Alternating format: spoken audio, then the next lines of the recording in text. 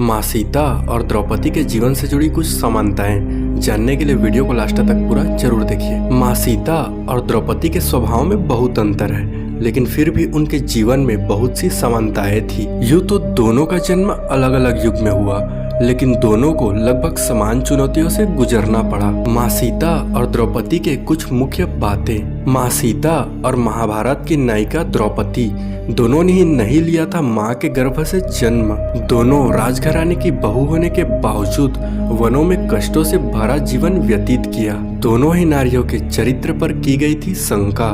दोनों को माना जाता है माँ सती सावित्री का रूप। माता सीता और द्रौपदी ये दोनों भारत के इतिहास के सबसे महत्वपूर्ण और तेजस्वी नारियों में से एक हैं। भारतीय इतिहास और धर्म ग्रंथों में ऐसी कई नारियां हुई जिन्होंने भारत के इतिहास को एक नई दिशा दी, लेकिन सीता और द्रौपदी वो है जिन्होंने भारतीय जनमानस के हृदय के कोने कोने को छुआ। एक त्रेता युग की आज्ञाकारी पत्नी और दूसरी द्वापर युग की तेजस्वी और बेबाक नारी थी। माँ सीता और द्रौपदी के स्वभाव में बहुत अंतर है, लेकिन फिर भी जीवन में बहुत सी समानताएं हैं। यूं तो दोनों का जन्म अलग अलग युग में हुआ, लेकिन दोनों के जीवन में कई समानताएं हैं। अयोध्या के साम्राज्य की सबसे बड़ी बहू, भगवान राम की पत्नी माता सीता और इंद्रप्रस्थ की महारानी द्रौपदी दोनों ही अपने माता पिता की वास्तविक संतान नहीं थी। पौराणिक धर्म ग्रंथों के अनुसार माता सीता राजा जनक को खेत में हल चलाते हुए धरती के भीतर से मिली थी। तब संतान राजा जनक ने उन्हें अपनी पुत्री के रूप में स्वीकार कर लिया था। वहीं द्रौपदी को भी राजा द्रुपद ने यज्ञ के माध्यम से प्राप्त किया था। वो यज्ञ की अग्नि से अपने भाई के साथ उत्पन्न हुई थी।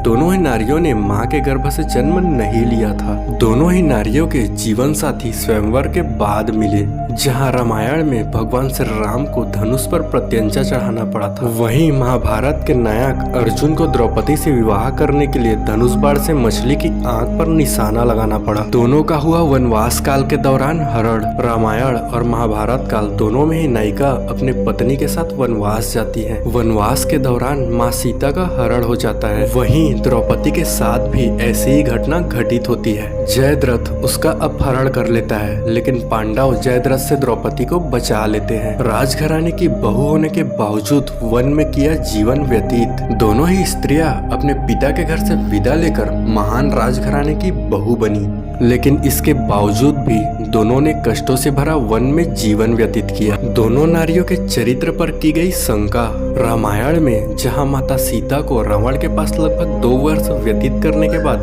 अग्नि परीक्षा से गुजरना पड़ा था, वहीं द्रौपदी के 5 पति होने के बाद उनके चरित्र पर शंका की जाती है। जबकि माता सीता सर्वश्रेष्ठ पत्नी मानी जाती है तथा द्रौपदी का नाम 5 कन्याओं और 5 प्रतिव्रता स्त्रियों में शामिल किया गया है। माँ सीता और द्रौपदी को सती सावित्री की तरह माना जाता है। तो यह थी माता सीता और द्रौपदी से जुड़ी कुछ समानताएं।